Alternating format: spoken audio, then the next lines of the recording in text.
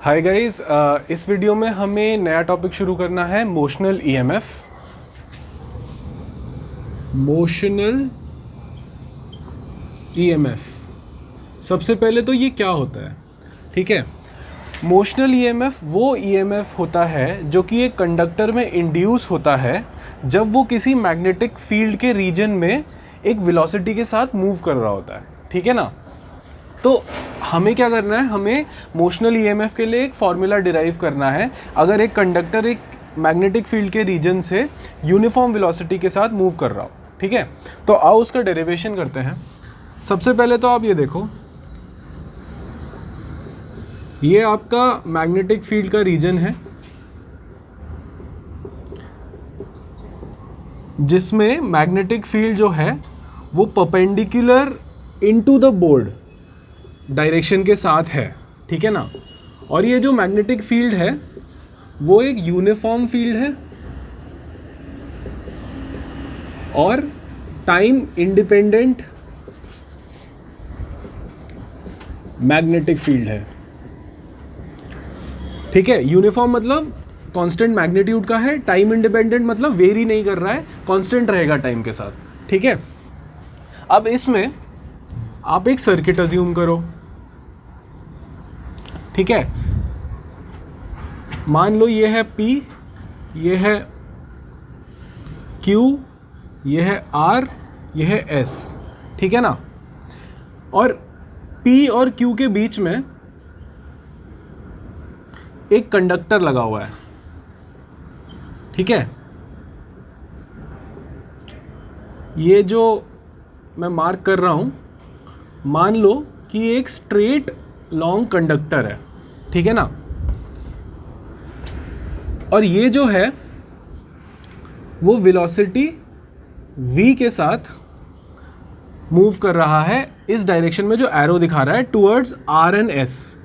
ठीक है, मान लो कि इस कंडक्टर की लेंथ L है और RS की भी लेंथ L है।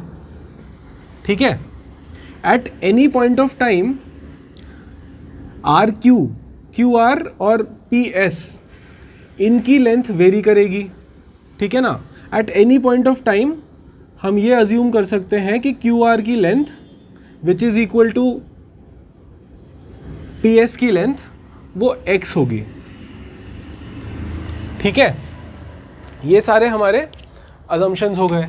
एक और अजम्पशन हमें लेना है कि PQRS सारा कंडक्टिंग मटेरियल से बना हुआ है और जब ये PQ कंडक्टर मूव कर रहा है v वेलोसिटी से इन रेल्स के ऊपर, PS और QR के ऊपर, तो there is no friction loss. ठीक है ना? देयर इज नो फ्रिक्शन, जिसकी वजह से जो पावर है वो हीट के फॉर्म में निकल जाए। There is no friction. ठीक है ना? तो अब हमें एक मोशनल ईएमएफ के लिए फॉर्मूला डिराइव करना है। ये पहला तरीका है जिससे हम डिराइव करेंगे। दूसरा तरीका होता है लॉरेंस फोर्स का। ठीक है ना? अभी इससे डिराइव करना है। तो देखो, मोशनल ईएमएफ बनाने के लिए हम क्या करेंगे, हम लिखेंगे पहले फ्लक्स का फॉर्मूला। ठीक है, फ्लक्स क्या होता है? B times A, B dot A। ठीक है, which is equal to BA cos theta. ठीक है, इस केस में मैग्नेटिक फील्ड हमारा B जो है वो तो कांस्टेंट है, B एरिया क्या होगा? Area at any point of time होगा लेंथ टाइम्स ब्रेड्थ। ठीक है, वो होगा X times L multiplied by cos theta. अब देखो, थीटा क्या होता है? थीटा होता है angle between B and A। ठीक है ना? इस केस में magnetic field perpendicular to the board into the board है। ठीक है, और इस सर्किट का जो एरिया वेक्टर है वो भी perpendicular to the board into the board होगा। है ना? हम जानते हैं कि हमारा जो एरिया वेक्टर होता है वो परपेंडिकुलर होता है एरिया के। तो इस केस में थीटा जो है वो 0 होगा। है ना? तो cos ऑफ 0 डिग्रीज कितना होता है? 1। ठीक है, तो हमारे पास आ गया मैग्नेटिक फ्लक्स का formula B times x L. ठीक है, अब हमें पता है EMF कितनी होती है, EMF होती है minus d phi B by d t. Phi B की जगह हम बी एक्स एल लिख देंगे, minus d times B x L by d t. I hope इतना क्लियर है। तो अब ये देखो, हमारे इस फॉर्मूला में B और L तो कांस्टेंट है, मैग्नेटिक फील्ड हमारा यूनिफॉर्म है, टाइम इंडिपेंडेंट है, और लेंथ ऑफ कंडक्टर भी चेंज नहीं कर रहा है। ठीक है, तो उनको बाहर ला के लिख सकते हैं, साइलेन is equal to L times B minus d x by d t. ठीक है, अब आपका minus d x by d t क्या होगा दोस्तों? देखो x ये है, d x by d t is rate of change of x multiplied by a minus sine. ठीक है, यानी x जो है वो किस रेट से कम हो रहा है, ये है हमारा minus d x by d T. अब x किस रेट से कम हो रहा है, वो है हमारी वेलोसिटी। जितनी तेज़ ये कंडक्टर आगे को जाएगा उसी रेट से तो ये x कम होगा, है ना। तो minus d x by d T की जगह हम लिख सकते हैं वेलोसिटी। माइनस के साथ लिखना है d x by d T को v, क्योंकि देखो जब v आगे बढ़ रहा है तो x जो है वो कम हो रहा है। ठीक है ना, इसलिए minus d x by d t is equal to v, not d x by d t, confuse मत करना। ठीक है ना, तो इससे हमारा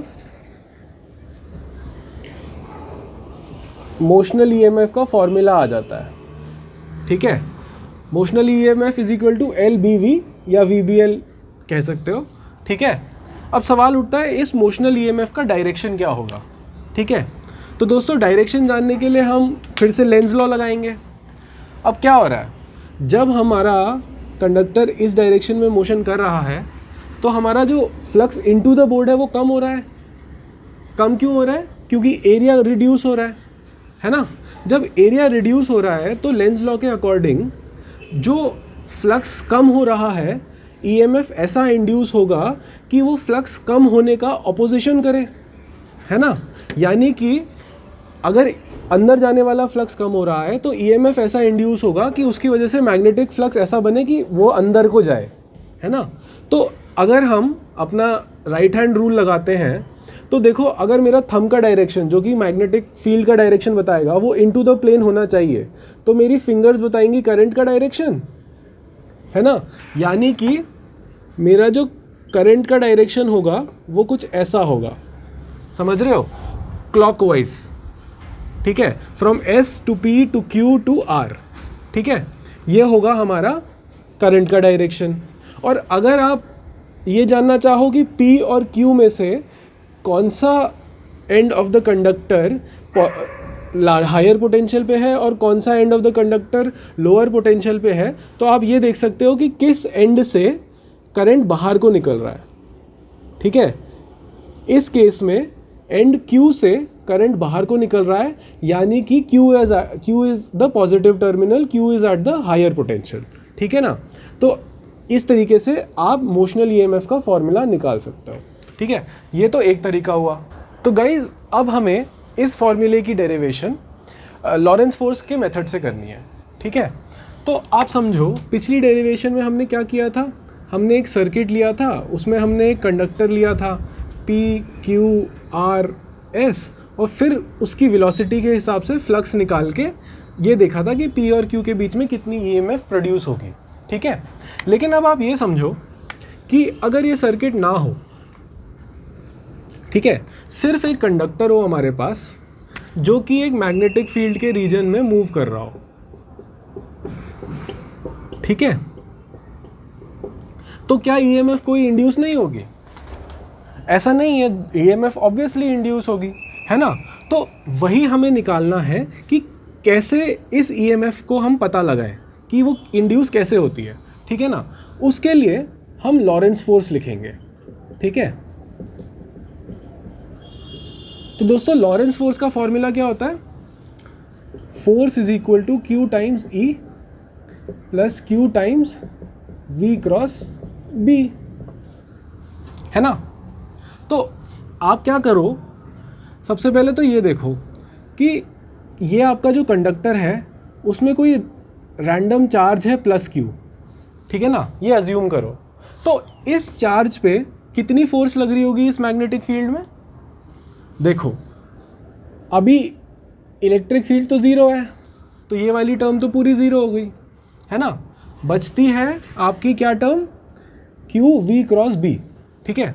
सबसे पहले तो देखो v जो है वो इस वाइट बोर्ड के प्लेन में है वेलोसिटी, ठीक है, और आपका जो मैग्नेटिक फील्ड है वो वाइट बोर्ड के परपेंडिकुलर है, ठीक है ना। तो angle between v and b is 90 degrees, यानी कि v is perpendicular to b, ठीक है ना। तो फाइनली ये हो जाएगा Q V B sine of 90 degrees. ये तो साइन ऑफ 90 डिग्रीज तो 1 होता है, ठीक है ना। तो फाइनली हमारे पास बच जाएगा क्यू वी बी, है ना। तो इस पर्टिकुलर चार्ज पे क्यू वी बी फोर्स लग रही है, ठीक है। अब ये तो फोर्स का मैग्नीट्यूड आ गया। अब मुझे बताओ डायरेक्शन क्या होगा। देखो साइन प्रोडक्ट का डायरेक्शन निकालने के लिए हम क्या करते हैं, हम अपना राइट हैंड लेते हैं, हम पहले वेक्टर के डायरेक्शन में उस राइट हैंड की फिंगर्स रखते हैं और फिर दूसरे वेक्टर के डायरेक्शन में उन फिंगर्स को रोल करते हैं, ठीक है ना। तो हमारा थंब जो है वो हमें डायरेक्शन ऑफ फोर्स बताएगा या डायरेक्शन ऑफ साइन प्रोडक्ट बताएगा, ठीक है। तो इस केस में v के डायरेक्शन में आप अपनी फिंगर्स रखो, आप b के डायरेक्शन में रोल करो, तो आपका जो थंब है वो डाउनवर्ड्स डायरेक्शन में आएगा, यानी फोर्स का डायरेक्शन डाउनवर्ड्स है, यानी कि एक पॉजिटिव चार्ज पे डाउनवर्ड्स फोर्स लग रही है, ठीक है। यानी कि अल्टीमेटली जो पॉजिटिव चार्जेस हैं वो एंड क्यू पे अक्यूमुलेट कर जाएंगे because of the motion of this conductor, ठीक है। और अगर कोई नेगेटिव चार्ज है कंडक्टर के अंदर माइनस क्यू, ठीक है, वो ऊपर, मतलब देखो v क्रॉस बी से आपको डाउनवर्ड्स डायरेक्शन में आया, लेकिन नेगेटिव चार्ज अगर q नेगेटिव हो तो ऑपोजिट डायरेक्शन में जाएगा ना, क्योंकि अगर डाउनवर्ड्स है और नेगेटिव साइन लगा दो तो ऊपर, तो नेगेटिव चार्जेस जो हैं वो एंड p पे अक्यूमुलेट कर जाएंगे, है ना। और यही पॉजिटिव चार्जेस का q पे अक्यूमुलेट करने से और नेगेटिव चार्जेस के p पे अक्यूमुलेट करने से एक पोटेंशियल डिफरेंस क्रिएट कर जाएगा, जो कि हमारा EMF होगा, है ना। ये तो रहा फिजिकल रीज़न क्यों एक EMF डेवलप होता है, ठीक है। अब देखते हैं कि EMF कितना डेवलप होता है, ठीक है। EMF कितना डेवलप होता है उसके लिए हमें याद करनी पड़ेगी EMF की डेफिनेशन। EMF होता है work done per unit charge. दोस्तों ये डेरिवेशन मैंने अच्छे से समझाई है चैप्टर 2 के वीडियोस में, आप प्लीज़ जाके देख लेना, ठीक है। तो गाइज EMF होता है work done per unit charge. अब हमें ये देखना है कि वर्क डन कितना होता है, ठीक है। वर्क डन होता है फोर्स का डॉट प्रोडक्ट डिस्प्लेसमेंट वेक्टर के डॉट प्रोडक्ट के साथ,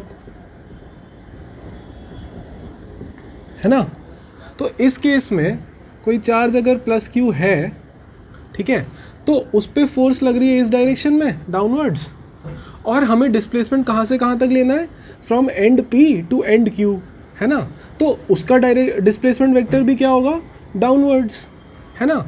तो मैग्नीट्यूड में डिस्प्लेसमेंट होगा लेंथ L के बराबर और डायरेक्शन में होगा डाउनवर्ड्स, जो कि सेम एज फोर्स का डायरेक्शन है, यानी कि डिस्प्लेसमेंट और फोर्स के बीच में थीटा कितना हो गया, वो हो गया 0 डिग्रीज। ऐसे लिख सकते हैं force times magnitude times cos of 0 degrees, है ना। यानी कि वर्क डन हो गया हमारा force times length of conductor, यानी force times L, F times L, ठीक है।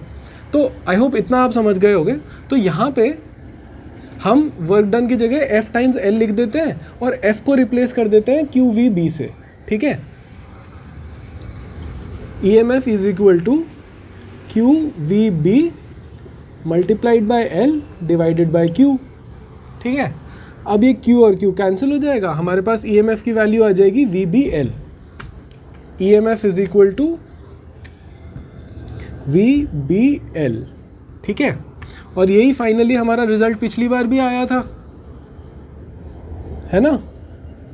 तो देखो लॉरेंस फोर्स से भी हमने ये डेरिवेशन कर ली है, ठीक है। अब एक इंटरेस्टिंग बात आती है लॉरेंस फोर्स से जो हमें देखने को मिलती है, ठीक है। अगर आपने ये नोट कर दिया है तो ये मैं मिटा रहा हूँ।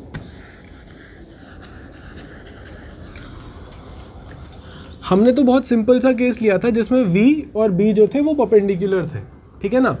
मान लो आपका b इस डायरेक्शन में था, ठीक है, और आपकी वेलोसिटी जो थी वो इस डायरेक्शन में होती, ठीक है। कंडक्टर ऐसे, ये ऐसा कंडक्टर होता जो कि इस डायरेक्शन में मूव कर रहा होता, और आपका b जो था वो ऐसे होता, ठीक है। तो v और b जो होते उनके बीच में एक एंगल थीटा होता है ना। तो उस केस में आप v क्रॉस b को क्यू वी भी नहीं लिख सकते थे, ठीक है। आपको क्या करना पड़ता, आपको क्यू वी भी साइन थीटा लेना पड़ता, अगर आपको थीटा पता है तो, ठीक है।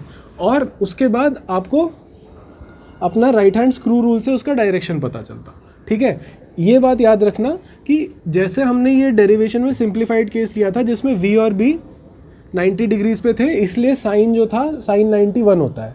अगर जनरल केस लोगे तो उसमें कोई ना कोई थीटा होगा और आपको क्यू वी भी साइन थीटा लेना पड़ेगा, और उसी हिसाब से आपकी ईएमएफ की वैल्यू चेंज कर जाएगी, ठीक है। तो गाइस फाइनली हमें डिस्कशन करना है Lenz law and conservation of energy पर। हमें ये जानना है कि लेंज लॉ के अकॉर्डिंग जो कि ईएमएफ इंड्यूस होता है वो अपोज करता है चेंज इन मैग्नेटिक फ्लक्स का। तो ऐसा क्यों है, ठीक है। तो उसका रीज़न है कंजर्वेशन ऑफ एनर्जी। पहले क्वालिटेटिवली समझते हैं, फिर एक बार मैथमेटिकली प्रूव करेंगे मोशनल ईएमएफ के लिए, ठीक है। क्वालिटेटिवली समझने के लिए ये देखो, मान लो ये आपके पास एक रेक्टेंगुलर लूप था कंडक्टिंग वायर का, ठीक है ना।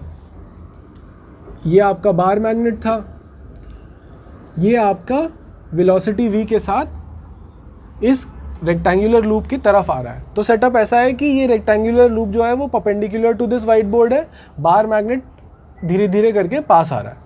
होगा क्या, इस लूप के थ्रू फ्लक्स बढ़ने लगेगा, तो एक ईएमएफ इंड्यूस होगी। ईएमएफ ऐसी इंड्यूस होगी कि उस बढ़ते हुए फ्लक्स को अपोज करे। उस बढ़ते हुए फ्लक्स के रीजन को अगर अपोज करना है तो इस पास आते हुए बार मैग्नेट को रिपेल करना पड़ेगा, है ना। तो हमारा जो ऐसा ईएमएफ इंड्यूस होगा कि इस बार मैग्नेट को रिपेल करने के लिए एक नॉर्थ पोल बने इस बार मैग्नेट की तरफ, तो हमारा मैग्नेटिक फील्ड ऐसा होगा और हमारा जो करंट है वो मेरी फिंगर्स के डायरेक्शन में होगा, ठीक है ना। तो ऐसा कुछ तो करंट बनेगा, ये हम ऑलरेडी डिस्कस कर चुके हैं, ठीक है ना। लेकिन ऐसा क्यों होगा, तो आप ये सोचो कि क्वालिटेटिवली सोचो। मान लो अगर ये नॉर्थ पोल ना बन के साउथ पोल बनता, ठीक है ना, करंट का डायरेक्शन जो होता है वो ऑपोजिट होता और ये साउथ पोल बनता, होता क्या साउथ पोल बनता, तो ये जो बार मैग्नेट है वो इस लूप की तरफ अट्रैक्ट होता जाता, ठीक है ना, अट्रैक्ट होता जाता, स्पीड गेन करता जाता, है ना। तो इससे क्या होता कि हमारा कंजर्वेशन ऑफ एनर्जी का जो लॉ है वो ब्रेक होता, ठीक है ना। हम ज़रा सा मान लो इस बार मैग्नेट की पहले वेलोसिटी 0 थी, ठीक है ना, वेलोसिटी पहले 0 थी, हल्का सा पुश देंगे, उसके बाद कुछ फाइनाइट वेलोसिटी आ जाएगी, और जैसे जैसे वो पास आता जाएगा, क्योंकि अट्रैक्शन हो रहा है, इसकी स्पीड अपने आप ही बढ़ती जाएगी, बिना हमारे कोई एफर्ट लगाए, बिना हमारे कोई एनर्जी प्रोवाइड करे। ऑटोमेटिकली सिस्टम के अंदर ही, अगर आप इन दोनों को एक वन सिस्टम मानो, सिस्टम के अंदर ही अपने आप ही काइनेटिक एनर्जी बढ़ते चली जा रही है, ठीक है ना। ऐसा तो हो नहीं सकता, ऐसा तो कंजर्वेशन ऑफ एनर्जी के अगेंस्ट है ना। इसीलिए ये नॉर्थ पोल बनता है जिससे कि ये रिपेल होता है, और अगर हमें इसकी वेलोसिटी v मेंटेन करके रखनी है तो हमें एक एक्सटर्नल फोर्स लगानी पड़ेगी, एक्सटर्नल एजेंट के थ्रू वर्क कराना पड़ेगा, ठीक है ना। तो ये कंसिस्टेंट है, लेंज लॉ जो है वो कंसिस्टेंट है कंजर्वेशन ऑफ एनर्जी के साथ, ठीक है। क्वालिटेटिवली तो हमने ये समझ लिया। आओ एक बार मोशनल ईएमएफ के लिए भी कैलकुलेट कर लेते हैं, ठीक है ना। हमें ये प्रूव करना है मोशनल ईएमएफ के केस में कि जो करंट बनता है एक सर्किट में मोशनल ईएमएफ की वजह से, उसके वजह से जो हीट डिसिपेट होती है वो इक्वल होगी work done by the external agent के, ठीक है ना। अभी कंफ्यूजिंग लग रहा है, मैं समझाता हूँ। सबसे पहले तो ये देखो, हम वही सेटअप यूज करेंगे अपना, ये P है, ये Q है, ये R है, ये S है, हमारा मैग्नेटिक फील्ड यूनिफॉर्म है इनटू द बोर्ड, ये वेलोसिटी v के साथ जा रहा था, इसकी लेंथ l थी, ठीक है ना। तो हमारा ईएमएफ कितनी होती है, VBL होती है। ठीक है, आप अज्यूम करो कि ये पूरे सर्किट में रेजिस्टेंस सिर्फ PQ रॉड में है और रेजिस्टेंस की वैल्यू है R, स्मॉल r। ठीक है, स्मॉल r। तो अब आप मुझे बताओ कि करंट कितना फ्लो करेगा। करंट फ्लो करेगा E times R, which is VBL/R। ठीक है, तो heat energy dissipated per unit time कितनी होगी, heat dissipated per unit time. वो तो हमारा फॉर्मूला होता है ना, करंट इलेक्ट्रिसिटी में हमने पढ़ा है, I²R, सॉरी इस केस में I²R है ना। कितनी होगी, वो होगी VBL/R whole square times R, which is equal to V²B²L² इतनी heat energy dissipated per unit time होगी। ठीक है ना,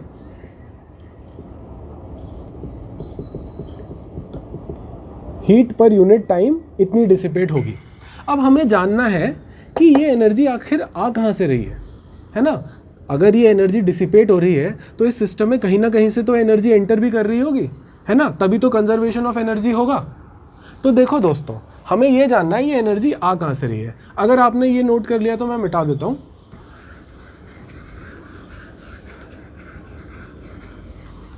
देखो, इसमें करंट फ्लो कर रहा है ना। कितना करंट फ्लो कर रहा है हमने डिस्कस किया था, I = E/R = VBL/R, है ना। किस डायरेक्शन में करंट फ्लो कर रहा होगा ये आप मुझे बताओ।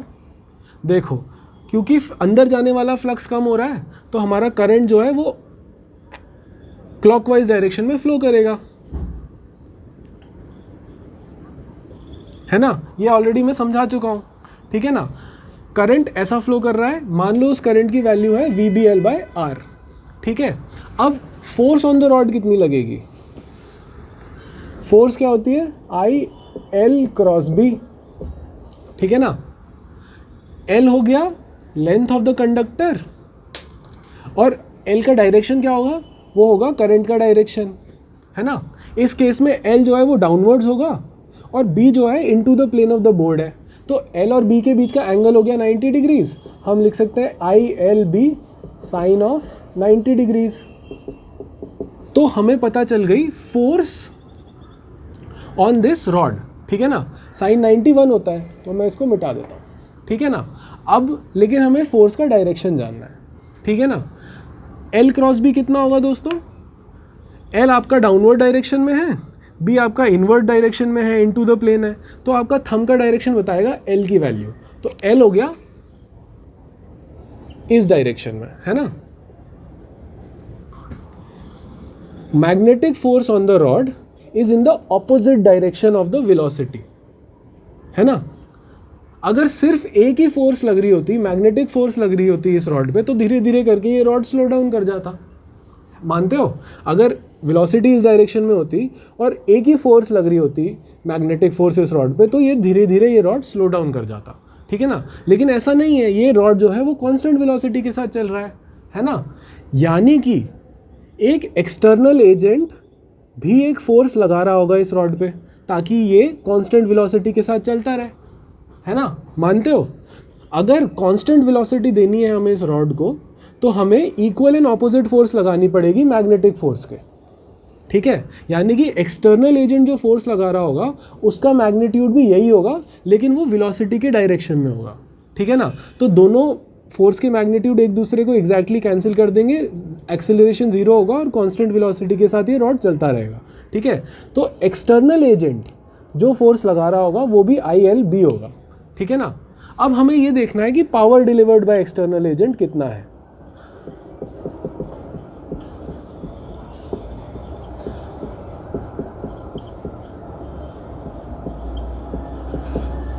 पावर कितना होता है दोस्तों, P = F टाइम्स FV होता है ना।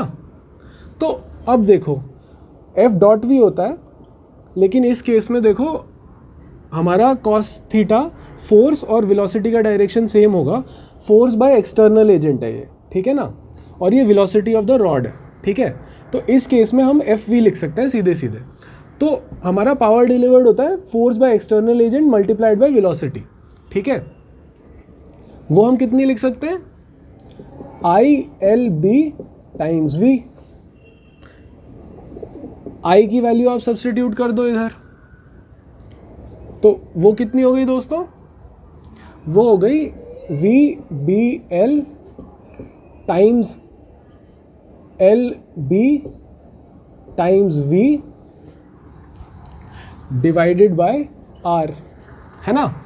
तो हम क्या लिख सकते हैं, total power V square L square B square by R square, ठीक है। अगर आप थोड़ा रिवाइंड करके देखोगे तो आप पाओगे कि हीट एनर्जी डिसिपेटेड भी यही है, हीट पर यूनिट टाइम भी यही है,